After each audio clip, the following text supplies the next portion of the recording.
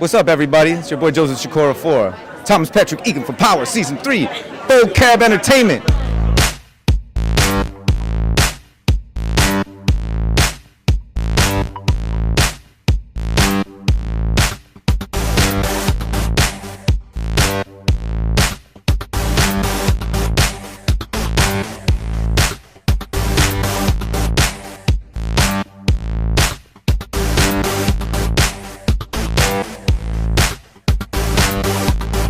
As you already know, this is Mr. Vocab TV, Talik for Vocab Entertainment, and it is Season 3 of Power.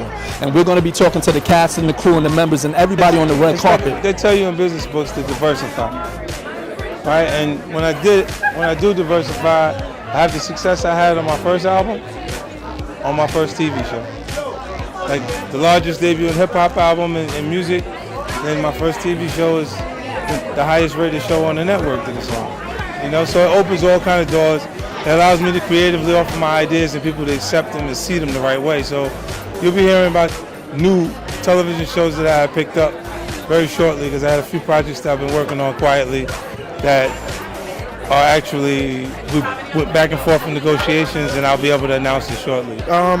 You know, acting is not acting. So if you kind of know what you're doing, acting can't be acting. So just all the experiences I've been through, you know, they're all truthful experiences to me. It would be false or a pretense for me to act like I've been involved in the distribution of illegal narcotics, because I've never done that, or murdered people. I've never done that. But whatever I have experienced and whatever I do know from growing up in a very similar environment to Southside Jamaica, Queens, which is Decatur, Georgia, ATL shout out, then I've brought it, you know. Even as a father, I'm a father, so I'm bringing that, you know. Whatever truth is in my bucket, I'm bringing to this character. So is Ghost gone, or can we say Ghost is still going to resurrect himself? I don't think he could ever be gone, because you know what I mean. You could take the boy, you know, the boy out of Ghost, but you can't really take the Ghost out of the boy. It doesn't really work. So even as a father, when he's home with his kids, there's parts of him that are Ghost. So I don't think so. I think everybody else is trying to make him gone, obviously, with the tagline of Ghost must die, but I think if he has something to say about that, that ain't gonna happen. Talk to us about, will there ever be any rectification between him and Ghost? Will they be friends, or is he really gunning for him this season? Yeah, he's gunning for him this season.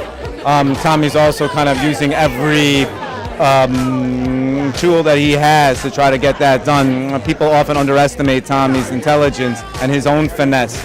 But Tommy's been living and alive, and he's a very unafraid individual. Tommy's always put all his cards on the table, and he's not a liar. He's super loyal, and I think that makes him scary because he's unpredictable and he's ferocious. Well, you know, Holly's in a really fun place right now because she is. Oh, is this our camera? You know, since the beginning, she has been striving, right? Trying to sort of elbow her way into finding her corner of power.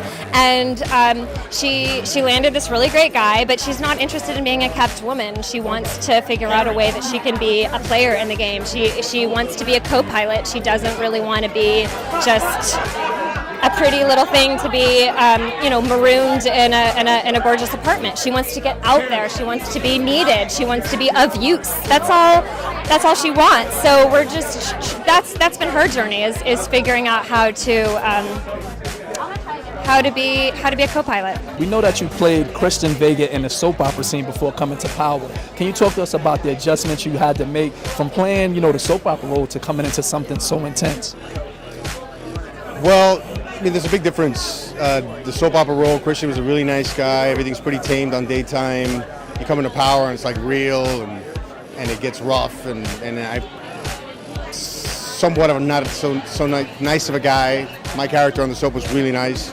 This guy's is more like more real. So I'm kind of in the middle of everything.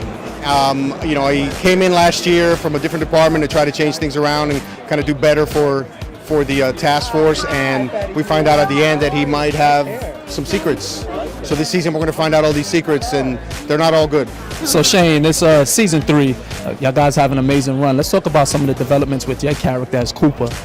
Yeah, well, listen, over the years, I've just continued to kind of hone my character and find, you know, my note with the rest of the cast. And I feel like my job is to be a thorn in Angela's side and to try and be have a little bit of charm and humor, but do my best to set her off and to keep her on her toes so that her life is, more difficult. Where does his loyalty lie? Where does his loyalty lie? Mine? Honestly, as much as he's self-serving and he's I'm a prick in a lot of ways, he's really also about the justice. So he doesn't really bend the rules too much, and I think he sticks to the law. So that's one thing that I think is outstanding about the character. As much as attitude as he brings to it, he wants justice. So trying to find out what exactly is happening in this, cluster F on the show is not easy. I think there was a lot of gray area in what Cantos was trying to do in season 2. So it's all going to really depend on how James takes that, Is he going to see why Cantos had to do what he needed to do and sort of, give him a little lifeline and keep it going, keep their relationship going, give him that second chance? I really like where we've seen the evolution of Cantos, because I think he started off as a desperate character. He wanted to make an impression. He was at the top and he lost it all because of pimping out these bottle service girls. I think that he really developed a kinship with James, and so now he's trying to still get the club and the brand to the top. So what does he do? So, that was an interesting dilemma to play in season 2. And now where he goes from here, it's all I can say is the writers are giving me some great stuff, and Ruiz is going through it right now. He's been screwed over by almost everybody. What's his disposition now in this season, and what can we expect? He's pissed off. I think he's pissed off. I think it'll be interesting to see how that evolves and what that turns into as the season goes on. But he's pissed.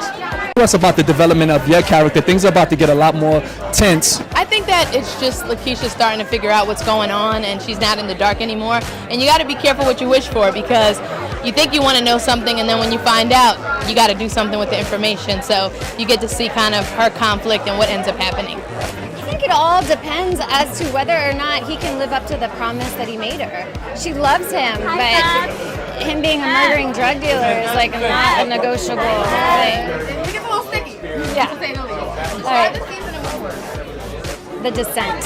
Who can we give the thanks to for you guys creating Power? Well, I think, I've answered it before, and I think it's important, again, it's my father and 50. I've said it so many times, and it's really true. My father's death, was the jump off. It was the starting place for me having to explore black masculinity in our culture and write about it.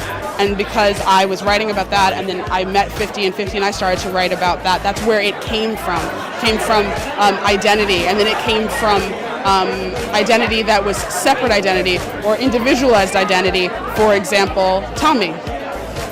His identity is very unique and specific. So just talking about... We're now tuned into Vocab Entertainment. Here's what it is.